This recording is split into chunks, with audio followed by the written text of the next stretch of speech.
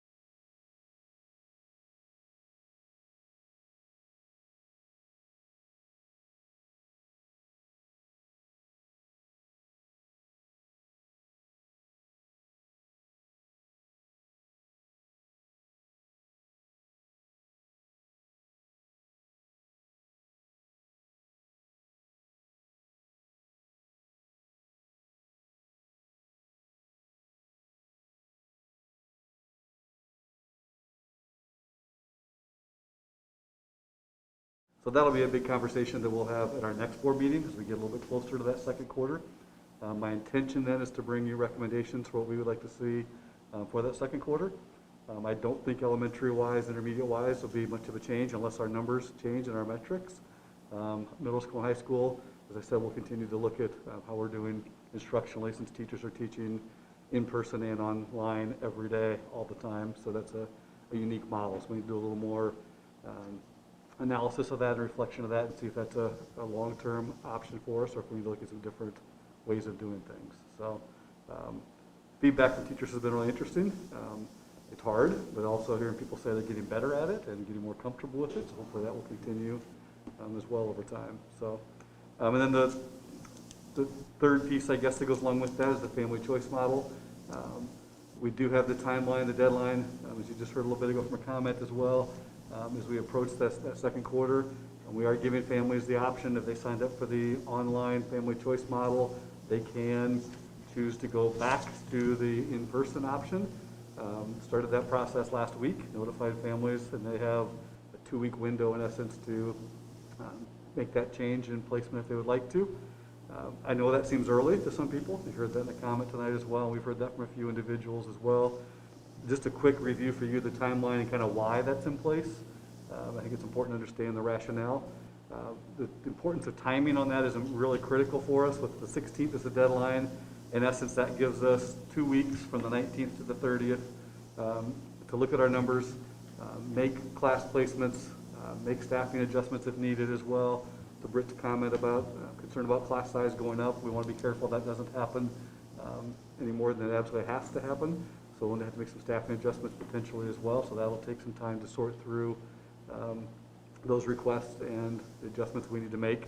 And then that will take us into November. So the first week of November, the 2nd to the 6th, we look to communicate those changes to staff and to families so they know. And that gives us the second week of November for staff for plan for changes and implementation. So then the following week after that, as well as the last day of the first quarter. So I know it seems early, but that time is really important for us to potentially make some adjustments that we may need to do as a system. As of by 3 or 4 o'clock this afternoon, we had about 135 students signed up to return in person. Have not broken those numbers down yet by grade level and by building, and obviously that will have an impact if they're all lumped together in one spot or spread out evenly across the district as well. But people still have through the end of this week to make that decision too. So fully understand that these are not easy decisions for families. Try to be respectful of their time and their choice as well. But I also know we have to make sure we have time for ourselves to plan and get our staff the opportunity to prepare accordingly if they are in a little bit different situation than they currently are. So that's kind of our update right now. I feel like every 2 to 3 weeks we're kind of in a new cycle of, I won't say starting over because it's not that, but it's kind of building off of what we've been doing and making adjustments. And we're entering another one of those cycles right now as well.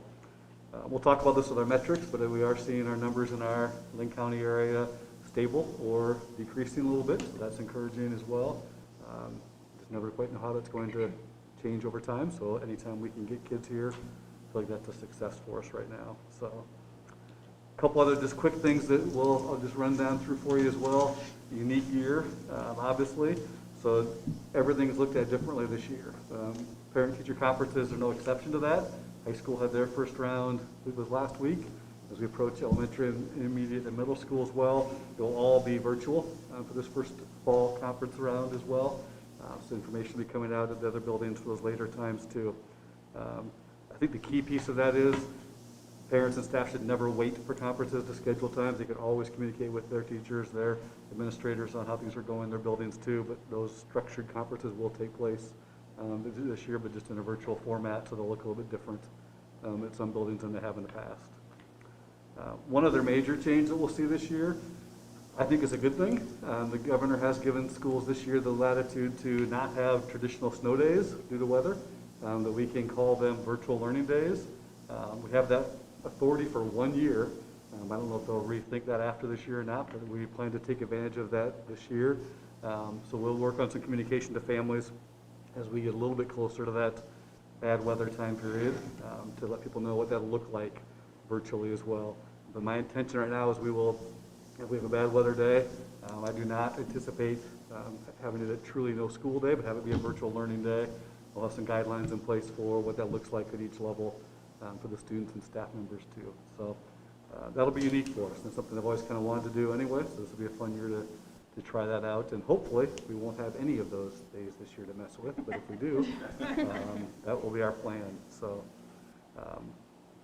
and then the last thing I'll mention is another good news item. I'm sure some of you saw over the weekend, or maybe it was Friday, the news came out from the federal government that they are extending the free lunch program for students, not just through the end of the year, but through the end of the school year, through June 30th. So that's a fantastic thing for our students and families to have to take advantage of in this unique time, but also it's nice that we know that so we can plan accordingly with all of our meal services as well. So that's new news for us, and I don't know if we've got an official word from the state, but that's the word we've gotten from the feds that will be happening this year too. So Shannon? hang on, because things just continue to evolve and change, I feel like.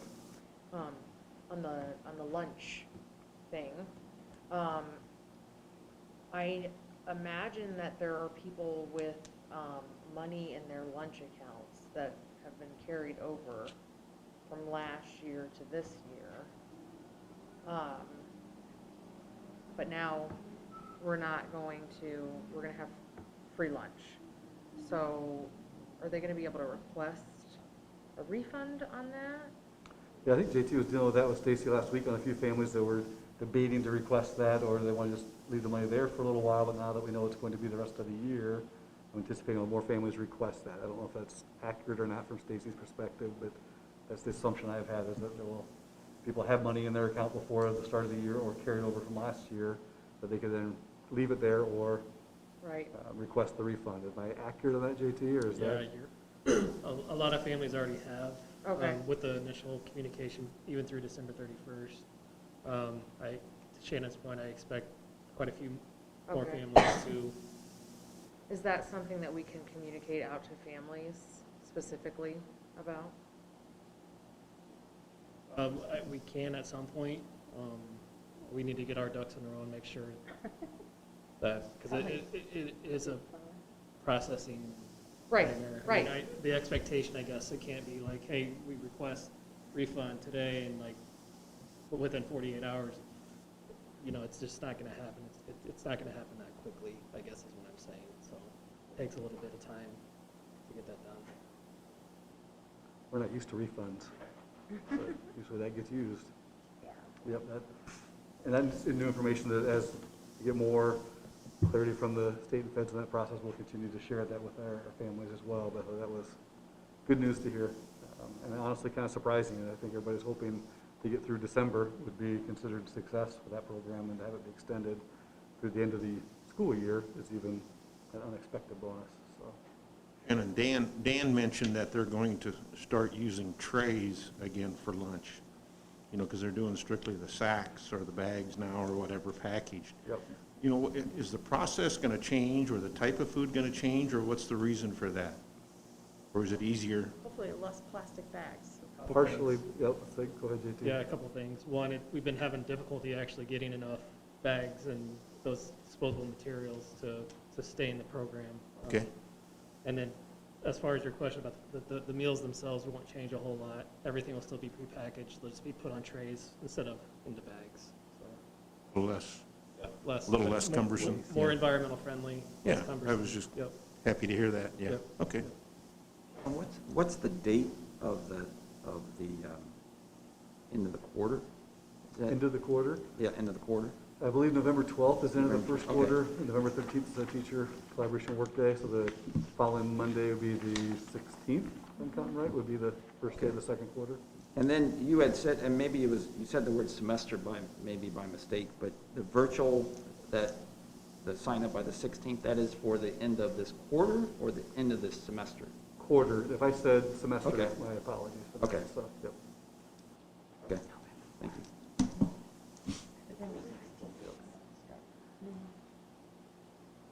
I think that's all I had on my list. Okay.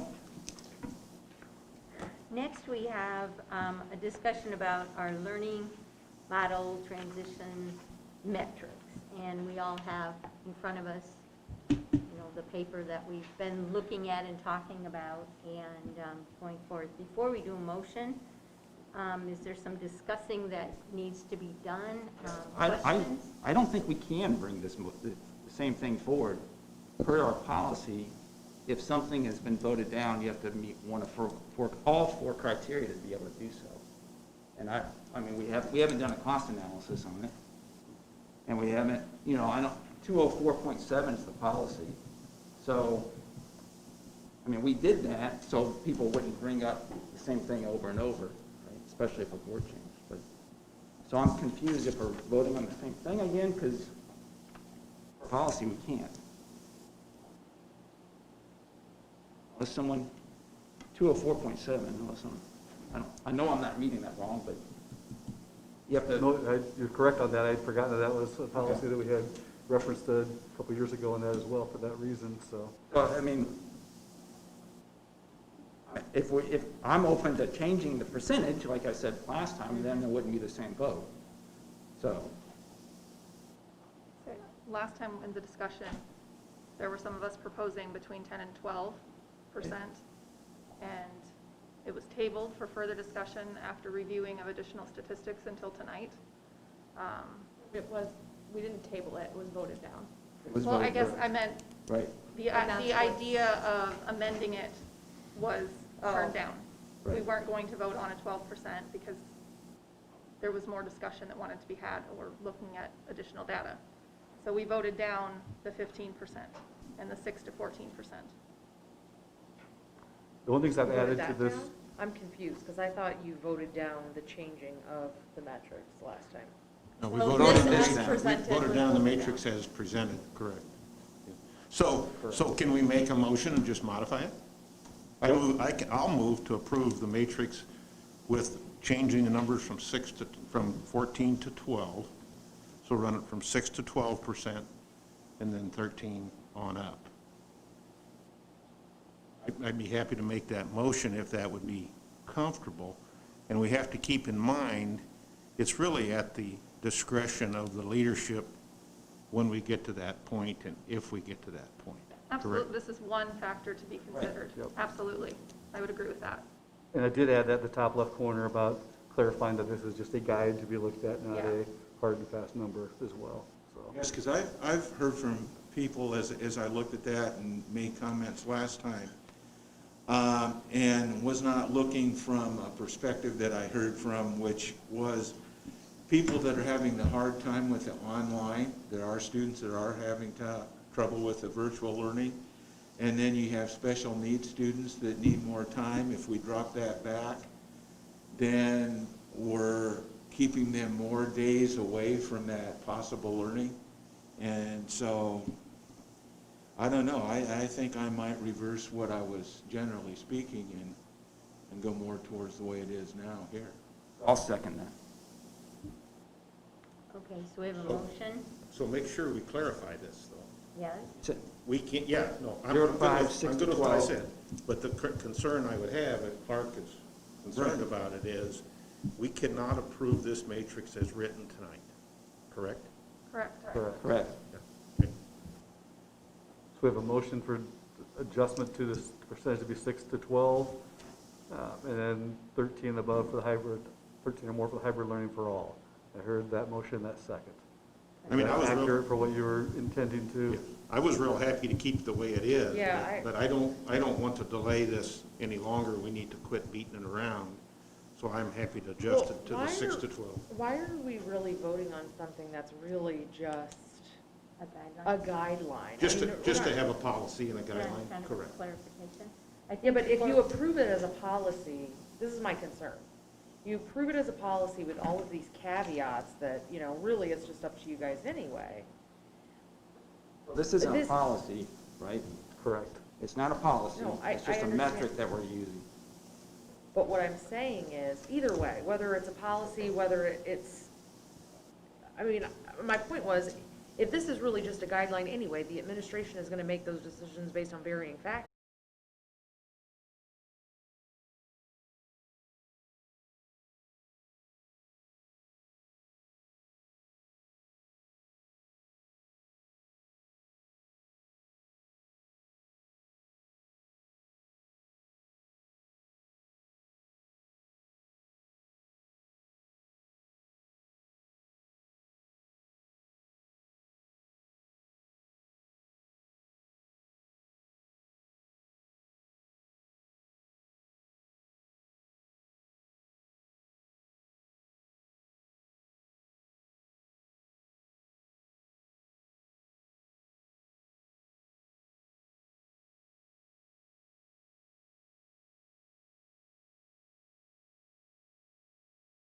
Buckles, Yes. Eisenberg, Yes. Lawson, Yes. Maury, Yes. Nelson, Yes. Walt, No. Weaver. No. Okay, so the motion is passed.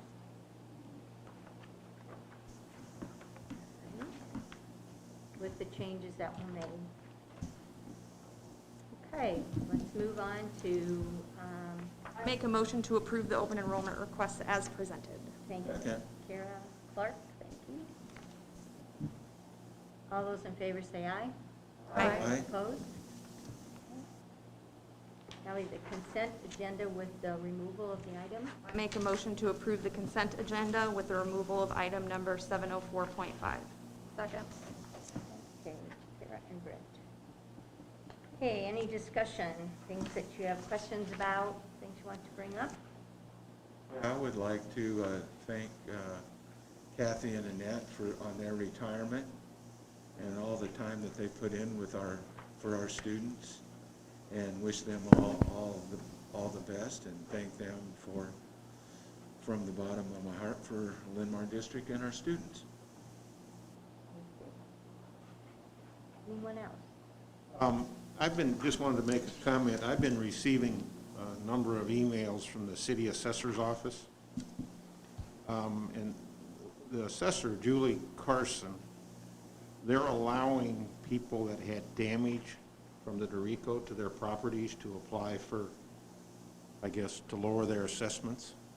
I don't know how that's going to affect us or how many people are actually going to do that, but I just wanted to put that, all she said was we need to keep an eye on it, and there's a special website that people can go to do that. So that could affect us down the road. I just don't know how intense that's going to be or how far that's going to go. So just an FYI. So.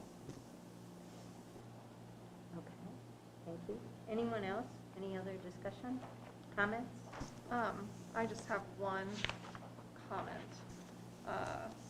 having to do with Shannon's cabinet update. I know this isn't a board. Are we on the Are we in agenda? communications Are though? we on the, Yeah, I'm where are we? confused, are we on the Consent. Consent. Communication. consent sorry. agenda? We're Fine. with the consent. Communication.